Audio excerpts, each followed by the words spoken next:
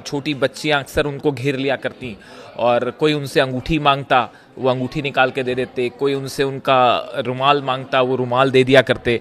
कुछ बच्चियां अपनी पेंटिंग्स बनाती सुंदर सुंदर और वो उन अली खामनेई साहब को देती और वो उन्हें देख के बड़ा खुश होते और उन्हें बहुत प्यार करते थे। छोटी बच्चियों से उन्हें बहुत मोहब्बत थी। आज देखिए जिस तरह से मिनाब पर हमला हुआ और 171 बच्चियों की जान चली गई उसमें, उसके बाद ईरान की इन बच्चियों के नाम पर एक ऐसा पैगाम सामने आया है जो आपको जानना ज़रूरी है, पूरी दुनिया को जानना ज़रूरी है। देखिए एक तस्वीर सामने आई है जिसमें मिसाइल के ऊपर, जो मिसाइल्स ईरान से इजराइल पर फायर की जा रही हैं, ऐसी ही एक बैलिस्टिक मिसाइल के ऊपर इन मिनाब की बच्चियों के नाम का एक पैगाम लिखा हुआ है और उस पर मिसाइल के ऊपर हाथ से लिखा गया है, ये पैगाम है मिनाब की स्कूल की बच्चियों के नाम पर। फारसी भाषा में ये लिखा हुआ है, ईरान की मिसाइल के ऊपर लिखा है जो कि इजराइल पर बरस रही है, उस पर हाथ से लिखा गया। आप देख सकते हैं, मैं स्प्लिट करके दिखा रहा हूं आपको, और फारसी में लिखा गया है जिसका हिंदी में ट्रांसलेशन है, ये पैगाम है मिनाब की स्कूल की शहीद बच्चियों के नाम। जो 171 बच्चियां शहीद हुई उनके नाम पर पैगाम है ये, जो मिसाइल आज इजराइल पर बरस रही है। और यकीन मानिए इजराइल में हाहाकार मचा हुआ है, पूरा इजराइल बंकर में है और करीब 1200 से 1500 इमारतें गिर चुकी हैं इजराइल में। सब तरफ हाहाकार मचा हुआ है इजराइल में। इस वीडियो में मैं ज़्यादा उसका जिक्र नहीं करना चाहूँगा, जंग का मैं इस पर्टिकुलर वीडियो में मैं रहना चाहता हूँ अली खामनेई साहब के संदेश के ऊपर। और देखिए जिस तरह से इन बच्चियों की हमले में मौत हुई, और अमेरिका या इजराइल कोई फ़र्क नहीं पड़ता जिसने भी स्ट्राइक करी, और ये वो बच्चियां थीं जिनको लेकर ईरान के एक दूतावास की तरफ से कुछ लाइनें हैं, बहुत खूबसूरत लाइनें हैं। वे बस छोटी लड़कियां थीं जिनके छोटे छोटे सपने थे। वे कलरिंग बुक्स में इंद्रधनुष भरती थी और ज़ोर ज़ोर से गाने गाती थी। उनकी दुनिया छोटी सी थी, मुलायम और रोशनी से भरी हुई थी। देखिए कितनी खूबसूरत लाइनें हैं, ये ईरान की एक एम्बेसी ने उन बच्चियों के लिए लिखी है। आज मैंने इनका जिक्र इसलिए किया इन बच्चियों का, दो वजह उसकी। एक तो मैंने आपको बताया कि अली खामनेई साहब बेहद मोहब्बत करते थे छोटी छोटी बच्चियों से, और जिस तरह से इन पर हमला हुआ उसके बाद अब जो मिसाइल्स की तस्वीरें सामने आ रही हैं, जो मिसाइल्स गिर रही हैं इजराइल के ऊपर, उसके ऊपर जो पैगाम लिखा हुआ है कि ये पैगाम है मिनाब की स्कूल की बच्चियों के नाम पर। देखिए पिछले 24 से 48 घंटे में इजराइल में करीब 1000 से ज़्यादा मिसाइल्स गिर चुकी हैं ईरान की, और ईरान का डिफेंस सिस्टम पूरी तरह से कोलैप्स कर चुका है, फेल हो चुका है। चाहे पांचों सिस्टम जो हैं वो इतनी बुरी तरह से वहाँ तबाही हो रही है कि अब इजराइल के लिए मिसाइल्स रोकना इम्पॉसिबल माना जा रहा है। और ये बात अमेरिका ने भी मान ली है, और वो यही नहीं कह रहे, वो ये भी कह रहे हैं कि इनके शाहिद ड्रोन को रोकना भी बेहद मुश्किल है। ना ड्रोन रुक रहे, ना मिसाइल्स रुक रही है। वो देख लीजिए आप सऊदी में जो एयरपोर्ट है उसका क्या हाल है, और यूएई के अल-धाफरा बेस का क्या हाल है। दोनों पे सीधा मिसाइल सेट हुई है।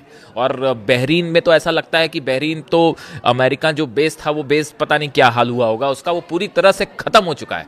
जॉर्डन में जहां जहाज उतर रहे थे ईरान पर हमला करने के लिए, वो जॉर्डन बेस जो है फ्लैट कर दिया गया है। वैसी हाल जो है वो कुवैत का भी है।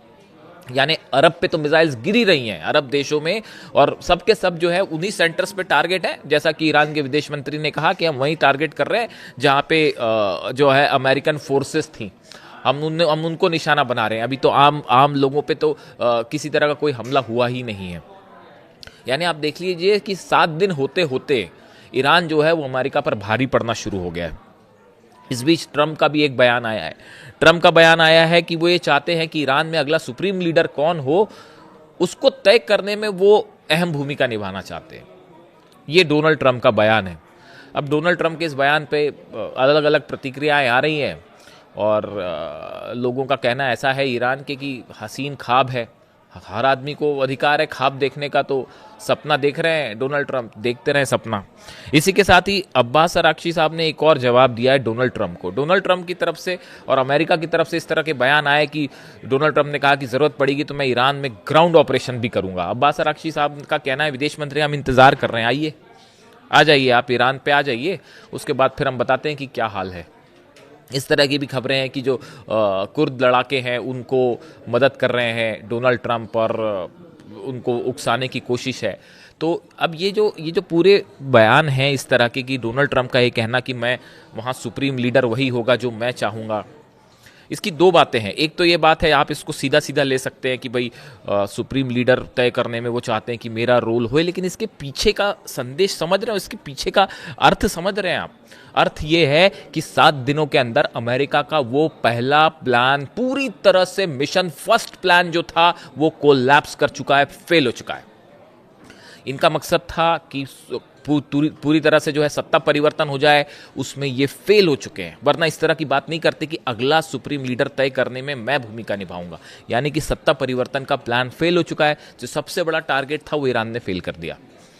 दूसरा, वहाँ पे बम्बार्डमेंट हो रहे हैं तेहरान में, कोई शक नहीं है। 2000 से ज़्यादा लोगों की मौत है तेहरान में, ईरान में, और इसके अलावा कई सारी जगह धमाके हो रहे हैं, वो सब कुछ है। लेकिन इसके साथ ही ऐसी तस्वीरें भी आ रही हैं ईरान से जो आप देखें तो हैरान रह जाएंगे।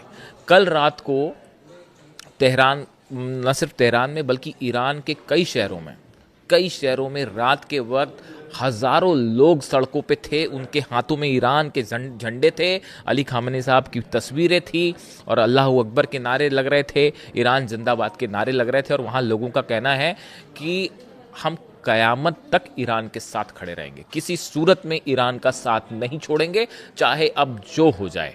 ये एग्जिस्टेंस की लड़ाई है। जो ईरान के जो डिप्टी फॉरेन मिनिस्टर है उनकी तरफ से जो बयान आया उसको समझिए गौर से, और इसके इन बयानों का नेचर भी आप समझिए। कोई भी शख्स जब कोई बयान देता है तो उस बयान का एक नेचर होता है, वो ये बताता है कि चीज़ें किस तरफ जा रही हैं। ईरान के डिप्टी विदेश मंत्री जो हैं उनकी तरफ से बयान आया है कि ये अब हमारे एग्जिस्टेंस की लड़ाई है, यानी कि आखिरी तक जंग की जाएगी। और विदेश मंत्री ने भी, अब्बास अरागची साहब ने साफ कर दिया है कि अमेरिका से कोई बातचीत नहीं होगी, किसी तरह की बातचीत का कोई सवाल ही नहीं है। ये अब एक ऐसी जंग शुरू हो गई है जो हारी जाएगी या जीती जाएगी, लेकिन रोकी नहीं जाएगी। आप देख रहे हैं हाल जो है ना सिर्फ इजराइल में बल्कि पूरे अरब में आग लगी हुई है। तेल पूरी तरह से सप्लाई रुक चुकी है, स्ट्रेट ऑफ हॉर्मूज पर जहाज़ों की लंबी कतारें लगी हुई है और पूरी दुनिया की अर्थव्यवस्था जो है वो कांपना शुरू हो गई है। और हर एक्सपर्ट ये जानता है इकोनॉमी से जुड़ा कि आने वाले दिनों में क्या होगा अगर ये हालात ऐसे ही बने रह गए, तो ऑयल प्राइसेस का क्या हाल होगा और दुनिया की इकोनॉमी जो है वो किस तरह से घुटनों पर आ जाएगी। गैस सप्लाई जो है यूरोप के देशों को चिंता सता रही है कि हमारी अगर गैस सप्लाई रोक दी गई तो क्या होगा। यानी आप देखिए इन 7 दिन की जो जंग हो चुकी है, इस 7 दिनों की जंग में हुआ क्या? 7 दिनों की जंग में ये हुआ कि अमेरिका का जो पहला प्लान था सत्ता परिवर्तन का, हाँ, अली खामेनी साहब की शहादत हुई, लेकिन सत्ता परिवर्तन का प्लान फेल हो गया।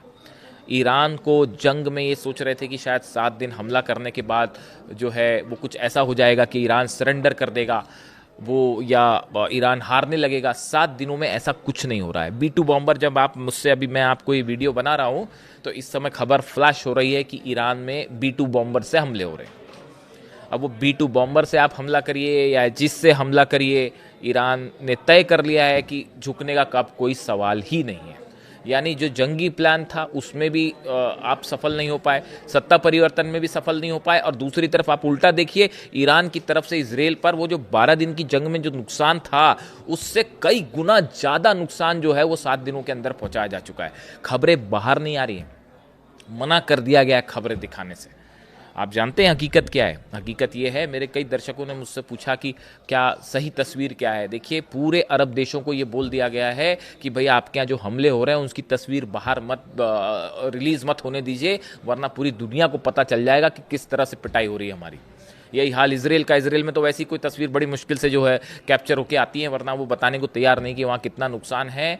सैकड़ों लोगों की मौत हुई है इजराइल में, ऐसा बताया जा रहा है, और 1200 से 1300 इमारतें तो सीधी गिर गई हैं, और तेल अवीव पर वो तबाही मची है जिसका कोई सिर पैर नहीं है। वो आंकड़े पता नहीं कब जाके बाहर आएंगे। इसी बीच जहाँ से हमने बात शुरू की थी, जो बच्चियों जो शहीद हुई जिस तरह से ईरान की, अब जो मिसाइल्स गिर रही है ना इजराइल में, जो तबाही मच रही है, उस पर उन बच्चियों का नाम भी लिखा हुआ है, और ये लिखा हुआ है कि इन बच्चियों का पैगाम है ये, जो आपने हमारी बच्चियों को शहीद किया, अब इनका बदला देखिए। आप देखिए, मेरी व्यक्तिगत राय अगर आप जाने, अगर आप पूछें तो जंग होती रहेगी, कोई जीतेगा कोई हारेगा, सरकारें आएंगी सरकारें जाएंगी, इस तरह की तमाम चीज़ें जो हैं चलती रहेंगी, वो हमेशा से चलती आई हैं सालों से। लेकिन अली खामनेई साहब जैसी शख्सियत जो है वो सदियों में एक बार आती है, और उनका जाना, उनका जिस तरह से वो शहीद हुए, उनका जाना ह्यूमैनिटी के लिए, इंसानियत के लिए एक बहुत बड़ा नुकसान है। देखिए, शायद अमेरिका और इजराइल ने जिस भी वजह से जंग की हो, उनके पास जो भी रीज़न हो, चाहे ऑयल उनका इंटरेस्ट हो या न्यूक्लियर हो या जो भी वो सोचते हो, लेकिन इंसानियत का बहुत बड़ा, ह्यूमैनिटी का बहुत बड़ा नुकसान हो गया है, जिसकी भरपाई शायद कभी नहीं हो पाएगी। तमाम नेता आते हैं जाते हैं, लेकिन अली खामनेई साहब जैसा शख्स जो है वो सदियों में एक बार आता है। आज चूँकि जुम्मा है, इसलिए इस वीडियो में मैं यहीं तक सीमित रहना चाहता हूँ। और पूरा ईरान, दुनिया के करोड़ों लोग आज भी ये महसूस करते हैं कि ईरान के सुप्रीम लीडर अली खामनेई साहब उनके साथ है। ना उनके जैसा कोई आया था, ना कभी आएगा। Thank you.